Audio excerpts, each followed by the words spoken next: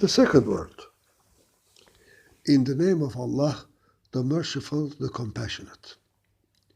Those who believe in the unseen. Qur'an, chapter 2, verse 3. If you want to understand what great happiness and bounty, what great pleasure and ease are to be found in belief in Allah, listen to this story, which is in the form of a comparison.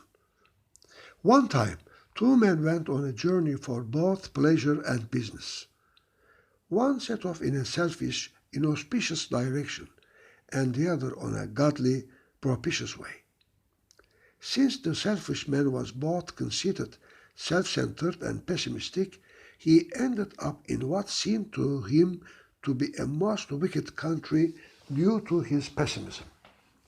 He looked around and everywhere saw the powerless and the unfortunate lamenting in the grasp of fearsome, bullying tyrants, weeping at their destruction. He saw the same grievous, painful situation in all the places he had traveled. The whole country took on the form of a house of mourning. Apart from becoming drunk, he could find no way of not noticing this grievous and somber situation. For everyone seemed to him to be an enemy and foreign, and all around he saw horrible corpses and despairing, weeping orphans. His conscience was in a state of torment.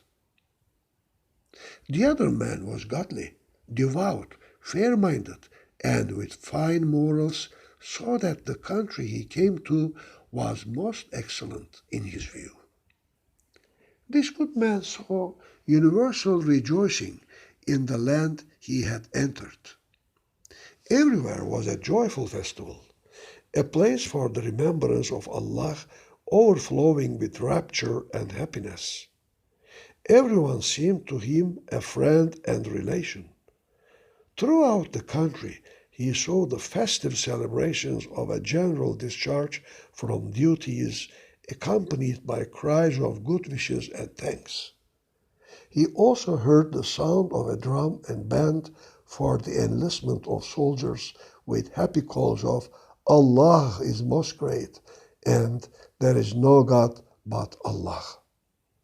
Rather than being grieved at the suffering of both himself and all the people like the first miserable man, this fortunate man was pleased and happy at both his own joy and that of all the inhabitants. Furthermore, he was able to do some profitable trade. He offered thanks to Allah. After some while, he returned and came across the other man. He understood his condition and said to him, "You were out of your mind. The ugliness within you must have been reflected on the outer world, so that you imagined laughter to be weeping, and the discharge from duty is to be sack and pillage. Come to your senses and purify your heart so that this calamitous veil is raised from your eyes and you can see the truth. For the country of an utterly just, compassionate, beneficent, powerful, order-loving, and kind king could not be as you imagined. Nor could a country which demonstrated this number of clear signs of progress and achievement." The unhappy man later came to his senses and repented. He said, "Yes, I was crazy through drink. May Allah be pleased with you. You have saved me from a hellish state." O my soul, know that the first man represents an unbeliever, or someone depraved and heedless. In his view, the world is a house of universal mourning.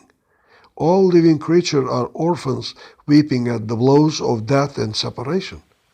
Men and the animals are alone and without ties, being ripped apart by the talons of the appointed hour. Mighty beings like the mountains and oceans are like horrendous, lifeless corpses. Many grievous, crushing, terrifying delusions like these arise from his unbelief and misguidance and torment him. As for the other man, he is a believer. He recognizes and affirms Almighty Allah. In his view, this world is an abode where the names of the All-Merciful One are constantly recited, a place of instruction for man and the animals, and a field of examination for man and jinn. All animal and human deaths are a demobilization. Those who have completed their duties of life depart from this transient world for another happy and trouble-free world, so that place may be made for new officials to come and work.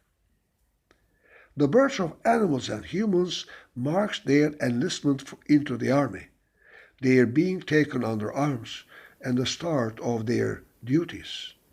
Each living being is a joyful regular soldier, an honest, contented official, and all voices are either glorification of Allah and the recitation of His names at the outset of their duties, and the thanks and rejoicing at their ceasing work, or the songs arising from their joy at working.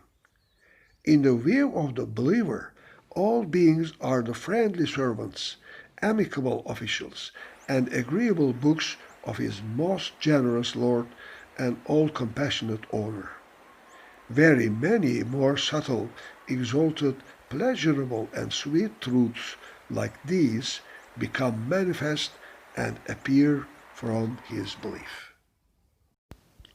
That is to say, belief in Allah bears the seed of what is in effect a tuba tree of paradise, while unbelief conceals the seed of a zakkum tree of hell.